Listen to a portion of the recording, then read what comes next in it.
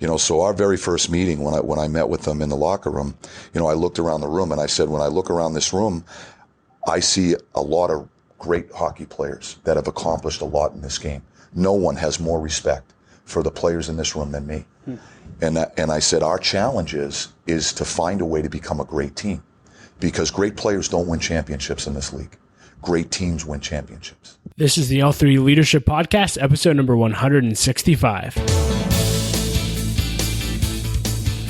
What's up, everyone, and welcome to another episode of the L3 Leadership Podcast. My name is Doug Smith, and I'm the founder of L3 Leadership. We are a leadership development company devoted to helping you become the best leader that you can be. In this episode, you're going to get to hear my interview with Pittsburgh Penguins head coach Mike Sullivan, and this interview was an absolute bucket lister for me. In fact, Mike helped me finish off what I call the trifecta. I've now interviewed all three of Pittsburgh's professional sports teams' head coaches, and it's been such an amazing journey. And in this interview, we're going to talk about some of Mike's favorite moments from both Stanley Cup runs. We talk about the leadership lessons that he's learned throughout his coaching career, and it's been quite a journey for him. You're going to love that. You're going to hear how he got buy-in so quickly with the Penguins and all their star players and turned them around, how he's made tough decisions as a coach, and his advice to his 20-year-old self, and so much more. You are absolutely going to love this. But before we jump into the interview, just a few announcements. I want to thank our sponsor, Henny Jewelers. They are a jeweler owned by my friend and mentor, John Henny. My wife, Laura, and I both got our engagement and wedding rings through Henny Jewelers, and they are just an incredible company. Not only do they have great jewelry, but they also invest in people. John gave Laura and I a book to help us prepare for our marriage, and he's been investing in me as a leader, a dad, and a husband now for many years. So if you're in need of a good jeweler, check out hennyjewelers.com. I also want to thank our sponsor, Alex Landon. Alex is a full-time realtor with Keller Williams Realty, whose team is committed to providing clients with highly effective, premier real estate experiences throughout the greater Pittsburgh region. He's a member and a supporter of L3 Leadership, and he would love the opportunity to connect with you. If you'd like to learn more about Alex and ways to connect with him, go to pittsburghpropertyshowcase.com. With all that being said, let's jump right into the interview with Mike Sullivan, head coach of the back-to-back Stanley Cup champions, the Pittsburgh Penguins. Enjoy, and I'll be back at the end with a few announcements. Well, Coach, thank you so much for taking a few minutes to do this interview. And I just want to start off, you've just won back-to-back Stanley Cups, and I'm just curious, do you have a favorite memory from each and the run that you had? Oh, I think probably my favorite recollection of both cups is when the coaches were standing together on the ice and watching each respective player raise the cup over their heads. For me, it brought back so many different memories of defining moments through the course of the playoffs that these guys made such a commitment for us to win. So when I was standing there watching them raise the cup over their heads and see the emotion on their faces, it's just raw emotion. And I couldn't be more proud of this group or this group of players for, what they've been able to accomplish. And I think when it really hit me in both years, when we were all standing on the ice and the coaching staff was kind of, down in the corner, just taking it all in. Yeah, that's amazing. And thank you from a fan perspective for all the memories you guys gave us. I am curious, so you spent 11 years in the NHL as a player, and obviously you played a lot before that. Now you've been a coach for several years. What do you wish you knew about leadership when you were a player that you now know as a coach? Or what do you wish your players knew about the responsibility that comes with coaching? Well, I think, leadership manifests itself in a lot of different ways. And what I've been able to witness over the last 2 years, watching this group of players come together as a team, is that every single player on this team at some point during the course of the seasons has been called upon to lead in some way, shape, or form. And I think that's what brings teams together, and that's what makes great teams great. And so some leaders are vocal, and that's how it manifests itself. Other leaders lead by example, and they might be quiet leaders. Other leaders are just situational. When circumstances arise with some of the challenges that the league presents, and players arise in certain situations to help us overcome challenges. And so I think when I look back and reflect on the last 2 seasons in particular, and this particular group of players, and for the most part, we've had the same group for 2 years in a row, 2 seasons in a row. It's that's the biggest thing that jumps out at me. It's not just when people think about, our leadership group. Yes, we have guys that wear letters on their sweaters, and myself as the head coach take on a leadership role because of my title. But I think what really makes great teams great is when everyone, right through the bench, takes on some sort of a leadership role throughout the course of each respective season. Yeah. You talked about the different kind of leaders. I'm just curious, how would you describe yourself as a leader? How do you lead? I think as the head coach, you have to lead in a lot of ways. Sometimes it's vocal. Sometimes it isn't. Sometimes as a head coach, you have to gain control by relinquishing control. And so, by empowering others. And so, one of the things that I've tried to do here in Pittsburgh with this Penguins group, since I became the head coach was to give the players some ownership for what goes on here. We want them to have a stake in the game. I think it helps us with buy-in as far as what we're trying to sell as the coaching staff to this group of players, everything from style of play to how we come to the rink every day and how we behave. So, I'm a strong believer that when our players have a stake in the game and take ownership for what goes on a day-to-day basis, it certainly helps us as far as the sell on getting buy-in to what we're trying to accomplish here. Yeah. I want to talk a little bit about your journey. It's been a crazy journey, it seems like. So you started off as coach in Boston, had a great year, not so great year, got let go, became an assistant coach for many years, then you went to Chicago's player development, then you go to the minor leagues, and then all of a sudden you get called up again to the Pens and win 2 cups. What do you wish people knew about that leadership journey? What are maybe 1 or 2 lessons you learned along the way? Well, I think, the first thing that jumps out at me is that, the coaching profession is hard. And there are certain things that you can control, and there are certain things that you can't. And it's a learning process. And I think all coaches go through it. I call it the evolution of a coach. When you're a young coach, you're trying to be diligent, and you dot every I and cross every T, and you check every box, and you do everything within your power to try to help your team have success. I think as you evolve as a coach, you start to learn the nuances of the profession, and I think a lot of it boils down with managing people, how you interact with your players, and the only way you learn that is through experience. And so I think first and foremost, the coaching profession is hard. I have so much respect for all of those coaches that are in it, because you really have to love what you're doing in order to stay in it, because it more often than not you fail. There's only one coaching staff every year that celebrates, and the rest of them are trying to figure out how do we get to the top of the mountain. And so that's just the reality of the business that we chose.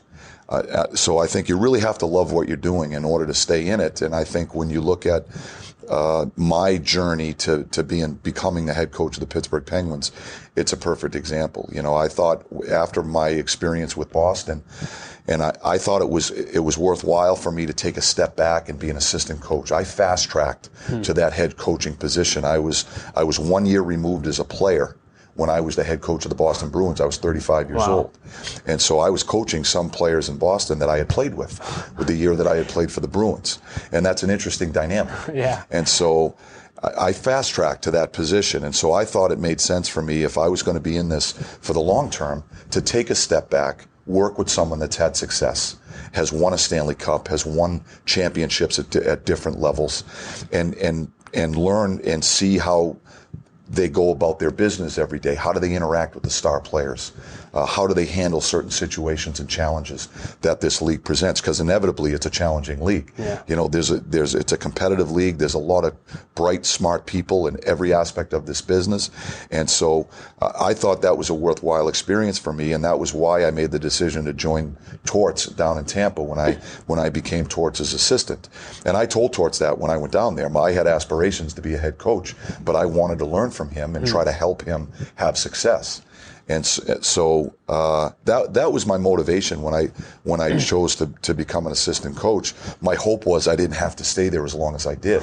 It was almost a decade before I had an opportunity to be a head coach again. But that's the nature of the business. It's a hard business. There's a lot of really good coaches. There's only a finite amount of positions. And so, it's going to challenge your resolve, and it's going to challenge your passion for what you do. There were some days when, I would wake up and say, am I ever going to get another chance? And is this worth it? And so, But I chose to stick with it because I love the game. I love being on the ice. I love the interaction with the players. I love the sport of hockey. I love everything that comes with it. And so, and part of what comes with it is it's going to knock you down. Yeah. And you're going to have to be prepared to, get up, dust yourself off, and get back in the fight. If this is the profession that you chose, I think you've got to be prepared for that type of an experience. And so I can't be more grateful for the opportunity that I've been given here with this Pittsburgh Penguins team. I took over this team at a time when they were vulnerable, but they're really good people and they're really good players, and it's a privilege to coach this group. Yeah, walk me through that. So you had a decade of preparation almost before you step in your next head coach role.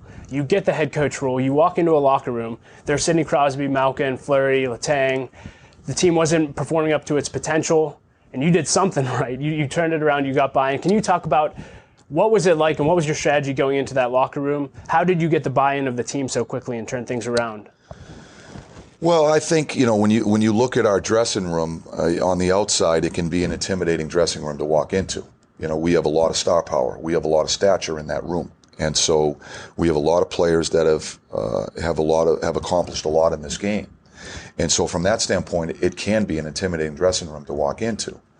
Having said that, my experience over the years of coaching other teams and star players in the league had prepared me for that very circumstance and that very situation. When I first took the team over, I think when I think about the mindset that the group was in, they were vulnerable. Whenever there's a coaching change, it's usually because expectations haven't been met. And so a coach in a lot of situations becomes the first decision or the first line of defense. And so it's hard to change 20 players. So usually there's a coaching change when that type of a situation arises in our game. And so I knew they were vulnerable. And this is a proud group. They're good players. They have a lot of pride. They all want to do well. And so, they were overwhelmed by the circumstance. So when I took the team over, I knew one of my first challenges was to try to free them up a little bit and to allow them to play and act on their instincts. I had to find a way to get them not so much focused on the situation they're in or the overwhelming circumstance, and more focused on the game itself, the process. Let's just focus on the process. So our very first meeting, when I met with them in the locker room, I looked around the room and I said, when I look around this room, I see a lot of great hockey players that have accomplished a lot in this game. No one has more respect for the players in this room than me. And I said, our challenge is to find a way to become a great team, because great players don't win championships in this league. Great teams win championships. And that was the very first meeting that I had with them. And then I talked to them about not so much listening to what people are saying about us, because at the time, there were a lot of critics saying Crosby was on the downside and Malkin was on the downside, and this Pittsburgh Penguins core, their best years were behind them, and that was the talk going on around the team. And I think our players, they felt it. These guys are human beings. They have feelings. And so I try to shield them from that, and we try to get away from the focus on that, and just come into the rink every day and just focus it on hockey. Let's just try to get better every day. Let's come to the rink. Let's have a good attitude. Put a smile on your face. We'll celebrate the small successes, and we'll try to get better each and every day. And we will slowly but surely work our way out of it. But it's going to be a daily endeavor, and we're going to have to rely on one another. And that was the first meeting that I had with them. And we slowly but surely crawled our way out of the hole that we were in. And I have to tell you, it was a pleasure to watch these guys come together as a group. Yeah. So you got the respect, you won a cup. As I've watched your leadership from afar, you've had to make some tough decisions, right? Who's playing, when to sit people, all these different decisions you make. Can you talk about, from a leader's perspective, making the hard decisions, having the hard conversations to bring out the best in your players? Sure. I think it's hard to be a head coach in this league if you're not willing or prepared to make those types of decisions, because that's the responsibility that you have. And so my approach with this group and some of the difficult decisions that I've made have been just based on honesty. And, we sit as a coaching staff and a management team, and we discuss those types of decisions. I rely a lot on the people around me. I'm very fortunate to be surrounded by some really bright hockey people and hockey minds and good people that care about our players. And these are difficult decisions, and they're hard conversations to have when you have to make these types of decisions. And my approach with these guys has always been that I'm trying to make the most informed decision that I can. We weigh the pros and the cons, and we try to make the best decision that's in the best interest of helping this hockey team win.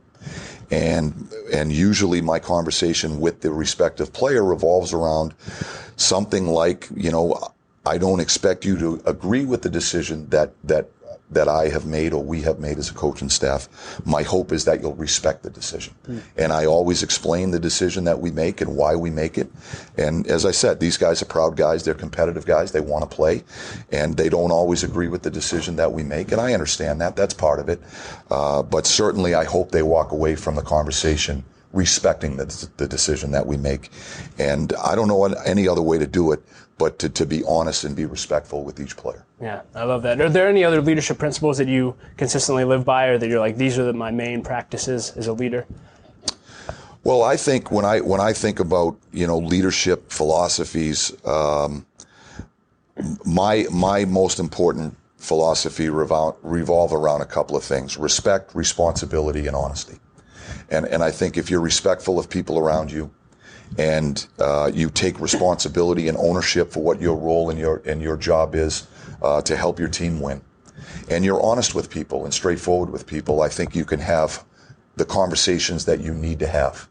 My feeling is if you push something under the rug, or you don't see things for what they are, that there can be a compound effect there. Before you know it, there's a lot of stuff under the rug, and that becomes a real difficult problem to solve.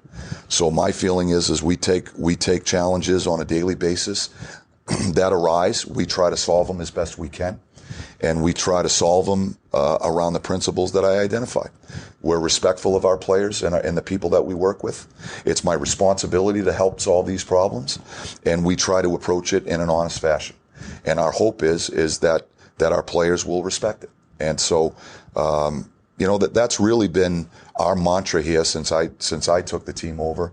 I've been fortunate to be surrounded with a group of players that have been receptive to the message that we've been preaching since I've been here, and we've had so much fun working with this group of guys. That's awesome. And last question, I always like to ask leaders this: if you could go back and have coffee or breakfast with your 20-year-old self, what would you tell him or any other young leader at that age? I would say I would probably tell my 20-year-old self, don't be so concerned about what other people think, to stick to your convictions. And I think when you're young, you're impressionable, and everyone wants to be liked.